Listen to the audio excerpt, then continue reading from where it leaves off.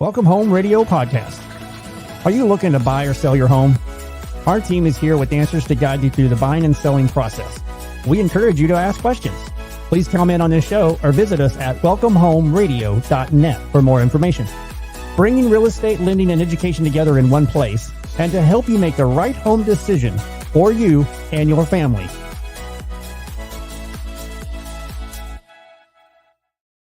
And welcome to Welcome Home Radio, where real estate, lending, and learning come together. It is July 17th, and we're just so excited that you be here. We're going to be talking about investments. Investing, is this a good time to invest? Investors have taken over the market. We've seen cash buyers, but we're going to be talking about, is it a good time in today's market? And I want to welcome Jeff and Thom. How are y'all today, gentlemen? Good morning. Doing wonderful. Thank you. Definitely having a great day. Always. Oh, great. You know, we've been talking about this show for a little while and finally get to do it. But help our listeners understand, Thom, really what is the difference between investment property, secondary home, and primary, so that they can understand what we're talking about when we say investment property. Absolutely. Well, one of the things I, encourage, and I just got finished with the class yesterday, talking with them about what they can and can't say in agency relationships. In other words, the real estate community, what they should be saying. And they should never say that your primary residence, the house you're buying to live in, is a good investment. The house you're buying to live in is a money pit. Thank you, Tom Hanks, for that. Good movie. The neighbor next door, they go out there and they've got the tile guy cutting tile in the front yard or granite in the front yard. And you go over there and you ask him what's going on. He says, they're adjusting their bathrooms. They're putting granite in. Well, you know who the next group is going to have to be putting the granite in their bathroom. And there we go. Yeah, that would be moi. Honey, we don't need back, Tom.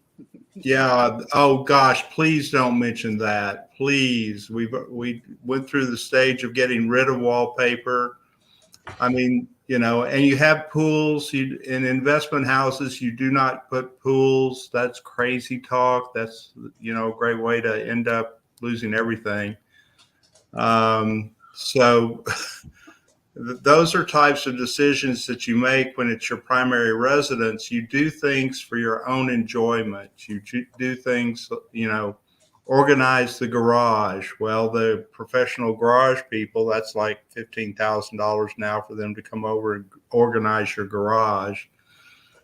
Those are types of things that with your primary residence make it such it's not a good investment. There's not going to be returns on the things you're doing. Second home, a lot of people nowadays do take the path that if they're not going to be living in their second home, they're not going to be there during parts of the year. And second homes, we're often referring to, vacation spots like the coast or like a ski place or in the mountains in Colorado or whatever it might be. In the mountains in New Mexico, whatever it might be for your second home type of dream second home. Some of those folks are creating income and revenue from them by doing Airbnb. Now, of course, we're running into across the nation more challenges with short-term rental type circumstances. I was actually in my neighborhood over near a house that I have as an investment property here where I live. And the cops were outside of the house. And I was asking the neighbor's so nosy, he knows everything. And I was asking the neighbor what's going on. He says, it's a short-term rental. They can't do that. Well, the city's passed an ordinance that says you can't make homes into short-term rentals. Well, the policing of that is tough. Think about being a cop and saying, hey, you can't stay here and you paid $180 a day or whatever you pay to rent that temporarily. then it creates all sorts of challenges for even the police to police those adventures, and you're the one getting the call because you're the owner. So investment properties, when we talk about investment, we're talking about one that is designed from the very get-go. You're going to probably not do much as far as upgrading in the living situation for the tenants that are there. They're going to be long-term tenants, which means more than 6 months. That's with most city regulations now, as far as if they're policing short-term rentals. So you're going to have somebody that's in there, and you're going to have to get used to the fact that you're going to generate the income, but some of that income is going to be reinvested to maintain and take care of the property as well. You don't want to let a property fall into disrepair, because it takes a lot more money to fix an investment property if you let it fall into disrepair than it does for you to maintain it. I'll give a perfect example. In my investment properties, one of the things I make sure I do is the AC, take care of the AC on an annual or a biannual basis. My AC guy goes by all my rental properties and goes in and checks the AC and cleans it and makes sure that everything's working in order, because I want the most expensive thing I'm going to have to replace besides the roof. And I will tell you, ACs are catching up with roofs pretty quickly, because I just replaced one not just too long ago. I just wrote it off of my taxes, and I was like, golly, I spent this much. I could have put a new everything in this place. But those are things you got to plan for and budget for. Well, what have you in the past, or I don't know, as far as making your decisions, the difference in those who want to invest and hold like you with a couple of rental properties, or someone who's buying and rehabbing and flipping? What do you say, or what had you make that decision which way you wanted to go? Let me ask that. Well, when I was younger and I could do fix and flips, I didn't mind going in and working on plumbing. I didn't mind going in and painting a place. I could pull out stuff, do demo work. I could get all those things done myself and do partially myself. And that was a decision that everything that I was doing that I wasn't paying a contractor for was something I was going to be making a profit on, or I was going to make money on. So if you're in that position where you're in a contracting position or whatever, that may be the perfect route to go. You always face short-term tax gains if you hold the property for less than a year. So you've got to keep that in mind. You're going to have a higher tax rate that you end up paying because you're holding it for less than a year period.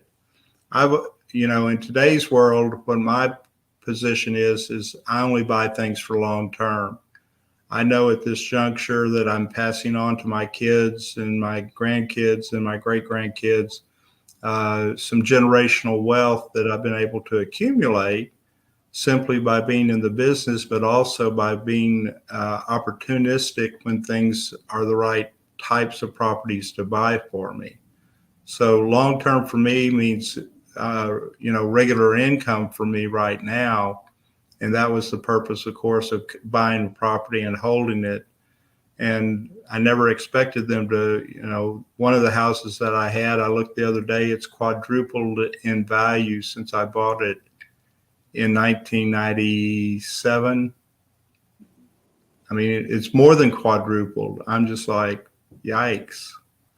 I wish all my investing had done that since 1997. But anyway. We held on to our first house for a short while, and now I've looked at it and gone, oh, we should have kept it. It's the same thing. Right?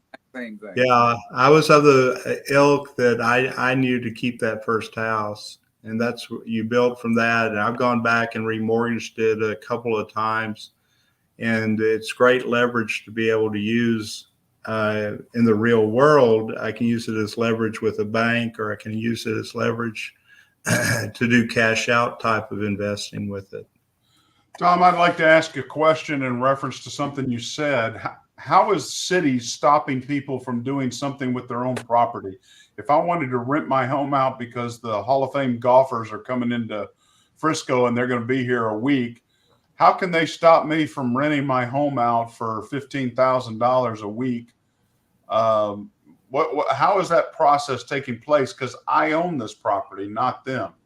Well, and that's the crux of these lawsuits that we see against these city ordinances. Jeff may have his attorneys come on. We may have them talk about those in the future, kind of dangling the carrot for our listeners here. But the legal side of that, the pursuit of that, has always been that we really shouldn't. Jeff is dancing around for anybody that's watching.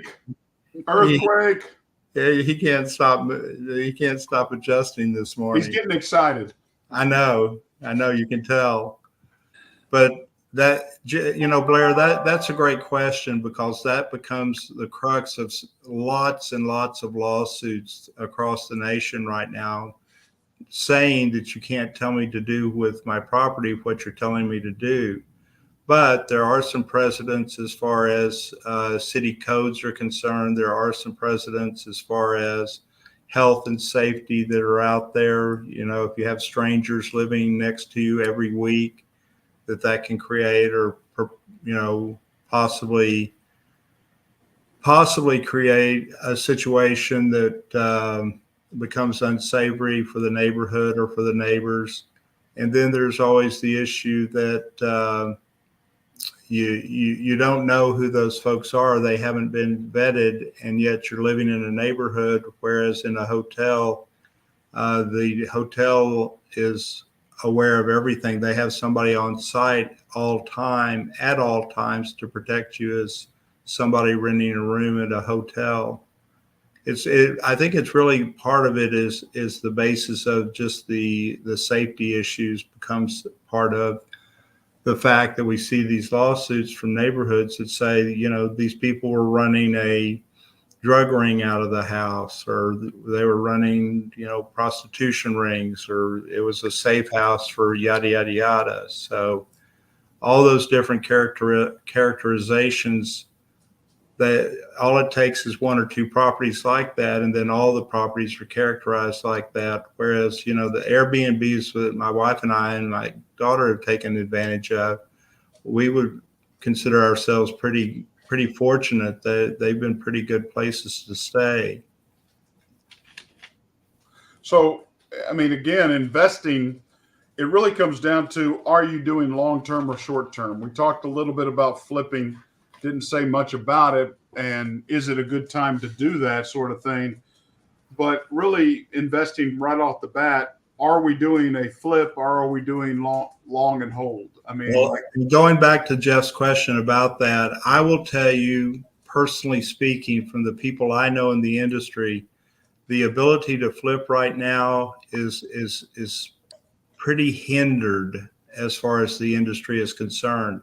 Yeah, there are lots of houses out there that need work, but once you get down to those houses that need work and you start doing the repairs on them, and you paid a higher price than you would have paid 5 years ago for that house, these investors are going back to their contractors and saying, well, you painted a house this last time 1,200 square feet and it cost me $3,500. Now they're quoting $7,000. And those investors are realizing that the margins are too tight for them to do short-term fix and flips. I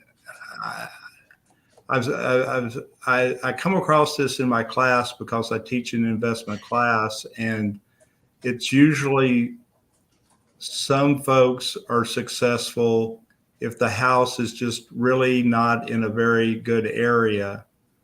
But to find a house by good area, I mean a house where there's not the higher crime rate situation, a house where the investors that still do fix and flips, let me put it this way, they're going to higher risk neighborhoods in order to find their inventory that needs flipping. And that can be a good thing for the neighborhood, but it's a real risky thing for the investor, because you got to find somebody then that wants to buy that investment that you threw $100,000 into, thinking, well, houses sell for anything, anywhere, just so long as I've got a house, I'm going to be able to get rid of it. Ask the people in Austin about their situation. You know, my daughter just bought a house there, which I'm an investor in. Oh my gosh. That never fails. Yeah, I didn't think those words would come out, my daughter and investment, at the same sentence, but we did find a house that was in Austin that would have sold, 2 years ago for probably $100,000 more than we bought it for. And we bought it with lots and lots and lots of concessions in the pricing. I mean, the sellers are leaving around probably $20,000 worth of accoutrements, furniture, and that type of thing for her to be starting her house with. And it was nicely appointed. We're talking about that they spent, I was quoted, they would spend $11,000 on the couch. And I was like, not me, baby. I'm going to find mine at Goodwill. But my daughter's real fastidious that way. She uses it a lot of Marketplace and that type of thing. So she's going to rent out rooms to people. So the first house she's buying is an investment property / where she's living as well. But when you look at places like Austin, we know it had skyrocketed there in the last few years. So when you say that house had set there, some of that's relative to the jump that had happened in some areas. Would that? Oh, absolutely. Absolutely. And that's a market that shows people going in and throwing dollars after dollars after dollars. All the Muscovites that moving from California are suddenly getting relocated, or they find a new job, or that's a real techie type of center area, but it doesn't support the same type of techie prices that they have in San Francisco and Silicon Valley and all those areas out there. So it's a real mental transition. Well, right now in Texas, if we need to look at Texas as a market, right now investment properties, we're not seeing, because of limited supply, really availability for investments. Would you agree with that? Or like you're saying, it's tight margins. They're not able to get what they need to get out of it to make it worthwhile to flip. But investment properties to long hold, are worthy of the time right now, aren't they? That is correct. I just bought a house 2 months ago now. I bought a house up in Louisville, and the tenants, it was vacant a day. The tenants that moved in, I cash flow on that house about $200 a month. So it meets all my criteria. And the house is in pretty brand new condition. I bought one that so I'm even seeing, these investors that go into fix and flip are coming back and saying the longer they keep that property, it's kind of weird that, you're thinking fix and flip people are preying on those people that, have to sell and they don't have a very nice house. Well, sure enough, in this fix and flip situation, I could tell the investor was sick and tired of paying 14% interim interest on the property because that's eating into his profits so much.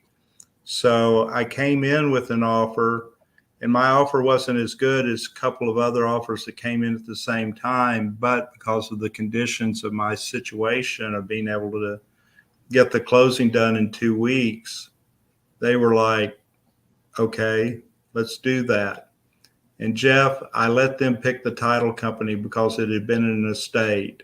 Otherwise, I'm serious. All was coming after the show. I wasn't going to call. Yeah, I knew that this conversation might follow up, so I wanted to kind of cover my keister already before I get into it. Fair enough. It had been in an estate for 3 years, and it was more like I had sympathy for the title company rather than anything else. They did a horrible job, but you would not have screwed this up.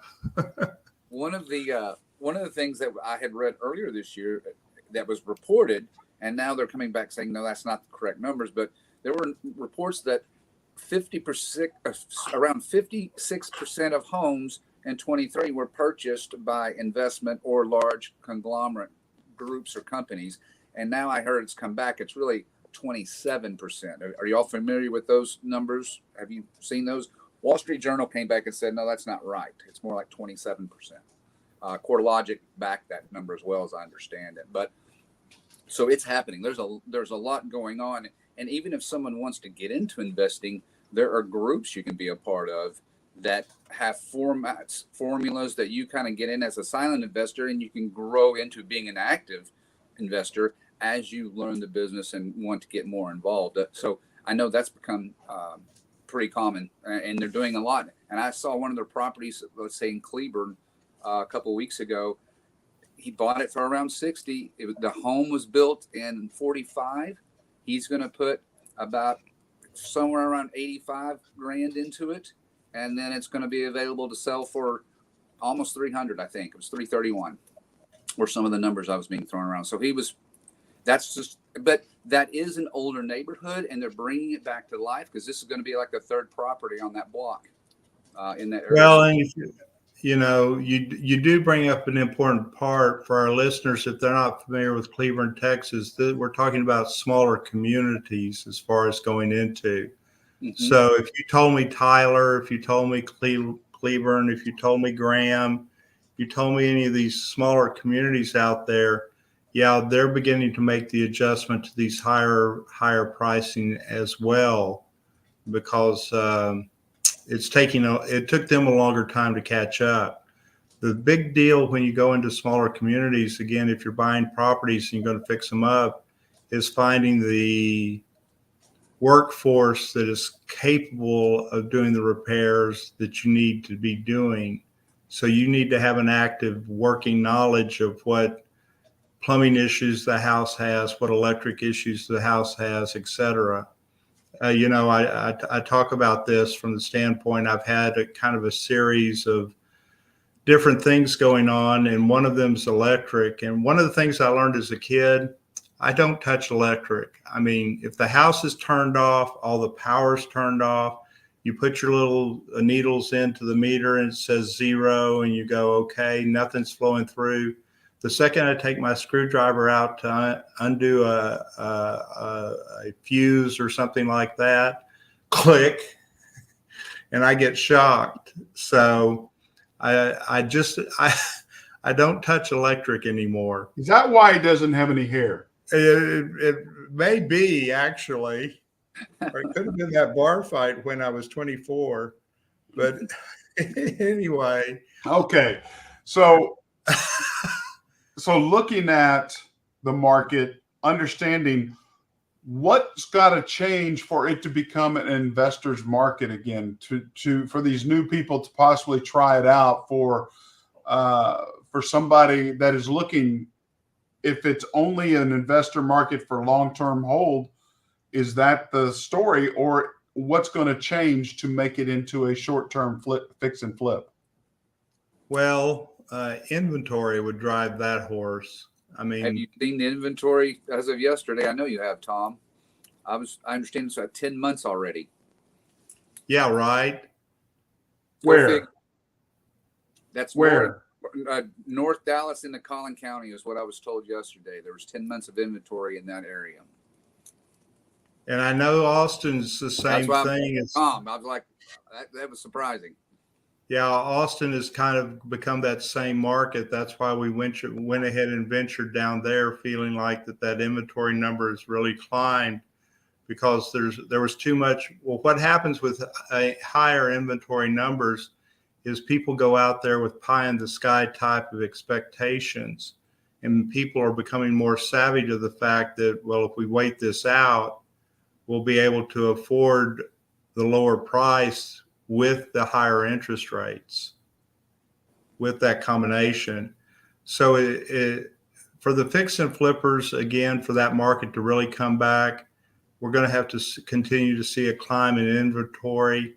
And it doesn't hurt to have the decrease in interest rates right now that we've seen, right, Blair? I mean, rates have...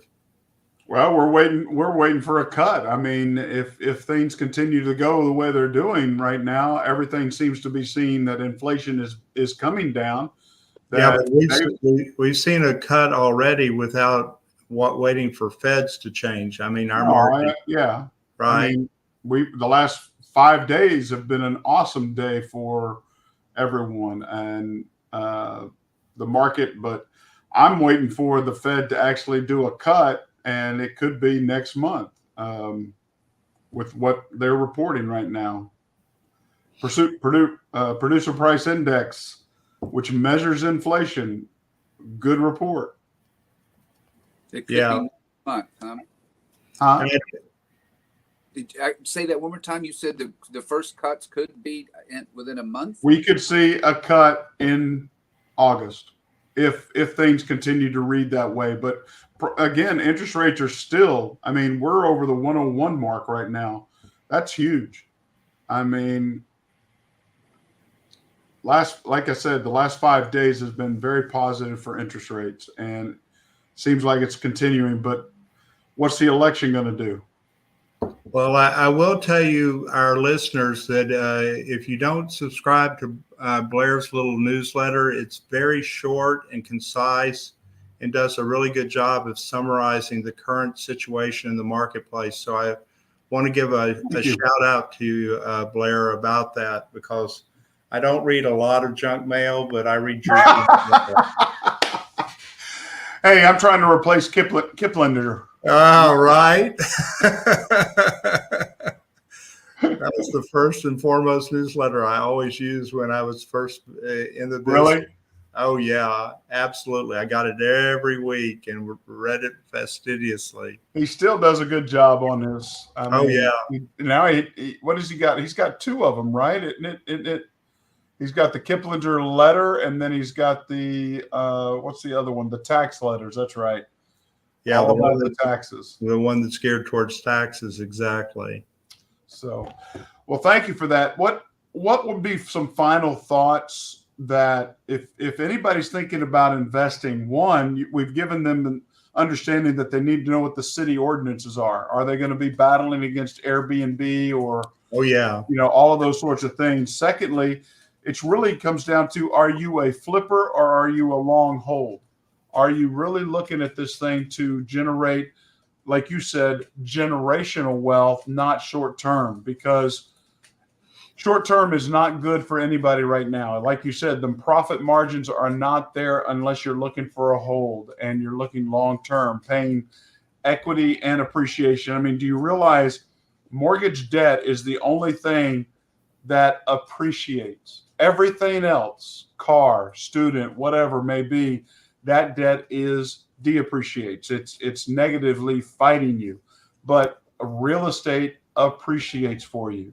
So you gain equity in paying the mortgage down, but you gain appreciation in the homes. And I got to tell you, every real estate report card I do for a new buyer or a listing agent shows 5-year positive gains in the Texas area, even down at the coast where hurricanes seem to happen and flooding on a regular basis.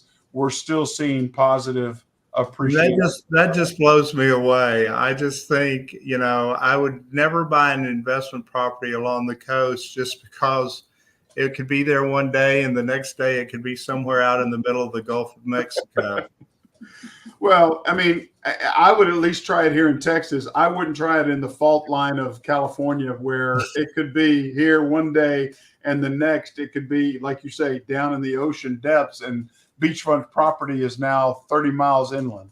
Well, now you even have to consider fires, because my sister owns a house in Bonham, Texas, right there at the state park there. And one day her house is there and the next day it's just ash.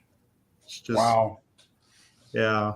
Is the heat really getting that bad out? I mean, I don't see this Texas sun any different. Is it just being... I think we're a little bit more acclimated to it. I think the real telltale sign is that in the night time, we don't cool down like we used to. I noticed that when I was out in my pool last night. I was like, it doesn't get as cool as it used to be, because I would get out of the pool and get a chill. And last night it was just like, well, the sun's still out. So I think that's kind of more the effect, is that low high. I think that's your aging process. And it may have been that I was naked and all the neighbors were looking out their windows at me. I don't get as cold as I used to. Out of my head. I don't need that visual. Tom's neighbors are all chipping in for an 8-foot fence. Definitely. Everybody wants 8 foot. Let's go 12 just to be safe. And they decided on short-term rentals instead of living in the house. They'll do anything. Boy, that does make an influence on people's ability to buy and sell real estate. I got to say, y'all said something. There's 10 months supply. I don't believe that. I was asking Tom a question because I'm not on there looking at that. And that was who is. I do not know of a single area in North Texas that has more than a 3.7 month supply. That was a question. That's why I was trying to pose that as a question. Just like I said, those other two numbers, I'd heard the first one and thought, in Austin, that's not correct. CoreLogic. So I know those two groups for sure. Well, CoreLogic is always, they're pretty spot on with what they research as far as their data is concerned. So absolutely. I would have to trust that is correct, since they oversee the MLS system. And I mean, that stuff always comes from the MLS. All those, when they're properly quoted, they come through the multiple listing service. So I wouldn't be surprised if some areas are reaching that. I know in Austin, that's one of the reasons we purchased down there. Well, I haven't seen a single one. I think all in all it's always a good time, but you just really need to consider the approach you're taking and how you're going about it. And you're going to need some capital, obviously, to get you rolling. So that's why I mentioned there's also some groups. If you don't have a clue, you can join a group and you can learn and as you go, if someone really wants to consider, because there is money to be made without a doubt. We all know that. Whether it's a short term or a long, you just got to make sure you're getting into it with the right mindset and you're ready to run with it. Well, when you buy a CD at the bank and they take your money and buy real estate with it, there's got to be a purpose or a success here that we should be tapping into. And, it's just, to me, real estate is the bet that anybody can make. It's just how you look at it and are you doing it long term or not? I'm seeing people, I've got anywhere from 16 to 18 pre-approvals out there, but they can't seem to find a property. Wow. I mean, I don't know if this is realtor issue, buyer remorse, or buyer concern. I'm trying to get an idea on it. How in the world? It's never a bad time to buy real estate, especially long term. Well, and I would agree with that. I think that's what we should really walk away with, is that if you find in the investment world, if you find the right property, you need to have all your ducks in a row before you find that right property. And Jeff mentioned 1, your financing needs to be in place. 2, your ability to, write a contracts in place. When I write contracts, I know one of the reasons I got this last contract was that I gave a $20,000 earnest money check, and that showed the people I could have gotten that money back if I decided during the option period, which they gave me, 10 days to do my options. So I had plenty of time to do research backwards and forwards, get more market information, and go from there intelligently on the purchase. But you showed how serious you were. But I showed how serious I was, and it really resonated with the seller. I mean, it resonated tremendously with the seller. That's interesting. Well, I appreciate y'all's time. I think this was a good topic. I hope our listeners, if you like our topics or you want to add to it, find us at welcomehomeradio.net. Leave your information there, ask your questions there, or see our other shows. They are twice a month. And find us, support us. So I appreciate you guys. Thank you so much. And I hope you all had a great Independence Day. July is already here and almost halfway over with already. Oh, thank you for reminding me about that. It's tough. Things go by much faster at our age, Thom. Yeah, they do, don't they? Make it stop. I'm Blair Thomas. Thank you so much, and God bless. I'm Jeff Duffy. Have a wonderful And I'm day. Thom Home. Welcome Home Radio production provided by Lunatic Digital. Check the listing of this podcast for the links to our sponsors. And don't forget to like, share, and follow us on social media. Visit welcomehomeradio.net for more information.